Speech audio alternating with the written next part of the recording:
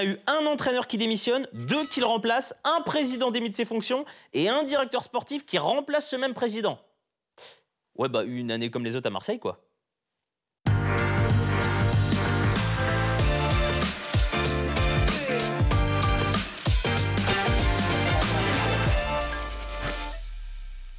Salut les footeux, je m'intitule JB Goupil, bienvenue dans le Bureau des Stats, l'émission qui vous dit tout sur les stats les plus insolites de la Ligue 1 Uber Eats. Au menu de cette 27e journée, 25 buts, seulement 2 victoires à domicile, 27 cartons jaunes, 2 cartons rouges, Lille premier du championnat avec 2 points d'avance sur Paris et 3 sur Lyon.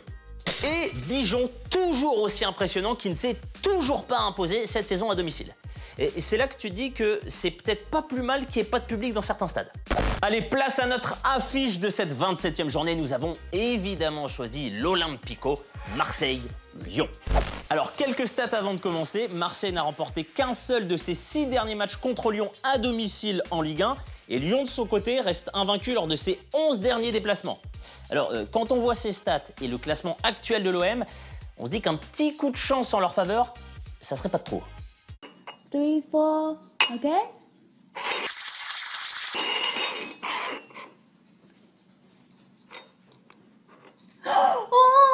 Dès la 21e minute, sur une passe de Lucas Paqueta, Karl Toko Ekambi marque d'une frappe croisée du pied droit, 1-0 pour Lyon et 12e but pour l'attaquant lyonnais cette saison. Les Marseillais sont complètement apathiques depuis le début de la rencontre, mais à la 44e minute, sur un tir contré de Gueye, Lucas Paqueta touche le ballon de la main dans la surface, carton jaune pour le Brésilien et pénalty pour l'OM. Milik transforme le pénalty, 2e but pour le Polonais qui devient le premier joueur de l'OM à marquer lors de ses 2 premières titularisations en Ligue 1 depuis Dimitri Payet en août 2013. À la 70e minute, Lucas Paqueta tacle la cheville de Dimitri Payet, 2e carton jaune et exclusion pour le Brésilien qui sur le coup a eu un peu de mal à se contrôler. Tu m'attaques au visage, Rémi, vas-y. Ha, je bloque. Mouvement circulaire qui dégage la garde de la cible et Malgré une bonne fin de match et des attaques simultanées des deux côtés, le score en restera là, 1 partout. Les stats du match, 12 tirs dont 2 cadrés pour les Marseillais qui ont eu 54% de possession, 11 tirs dont 1 cadré pour les Lyonnais. Un match plutôt équitable donc. Ah, tweet de Jean-Michel Aulas, alors attendez, de toute façon cette soirée avait mal commencé, je n'ai même pas été accueilli par le président Hérault en personne, même si ce jeune Pablo a l'air sympathique, je ne trouve pas cela très respectueux de m'envoyer un stagiaire de 34 ans. Ouais, il prend de l'âge un peu le Jean-Michel quand même. Hein. Place maintenant au meilleur joueur de cette 27e journée et nous avons choisi le Lorientais. Lorientais. Alors oui, je sais, dit comme ça fait un peu chelou, mais vous allez comprendre. Lors de Lorient-Saint-Etienne, Armand Lorientais, le milieu de terrain au nom prédestiné, a dynamisé le jeu de son équipe grâce à son entrée explosive à la 61e minute. À la 66e minute, faute de Camara sur Wissa, coup franc plein axe pour les Merlus, frappe magistrale de Lorientais en pleine lucarne qui trompe Jesse Moulin, égalisation pour Lorient et premier but en Ligue 1 pour le numéro 28. Premier joueur de Lorient à marquer sur coup franc direct en Ligue 1 depuis Rafael Guerreiro le 20 février 2016 contre Guingamp. À la 86e minute, il est de nouveau décisif, centre à rater de Mendes au second poteau, Lorientais reprend du pied gauche, exploit de Jesse Moulin. Non, je déconne.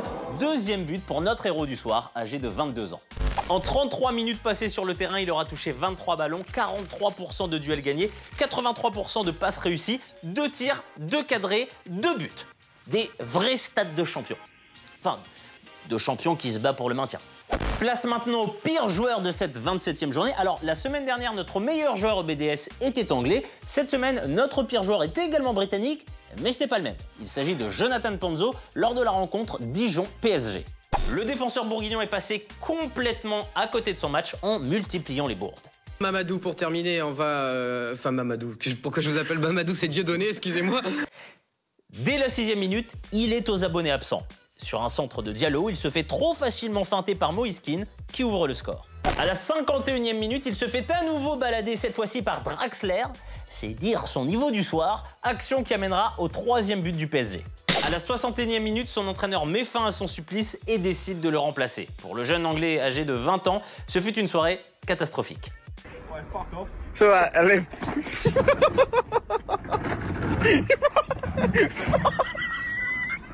Ses stats sont au niveau de son match, 0 tacle, 0 interception, 0 duel gagné. Et rappelons qu'il joue défenseur central. Enfin, rappelons qu'il joue au foot. Enfin, normalement. Voilà les amis, ce nouveau BDS touche à sa fin, mais juste avant de nous quitter, c'est à vous de jouer avec les pronos sur les stats de la 29e journée. Alors, à votre avis, lors de Dijon-Bordeaux, à quelle minute va-t-on s'endormir? L'avis de la rédac?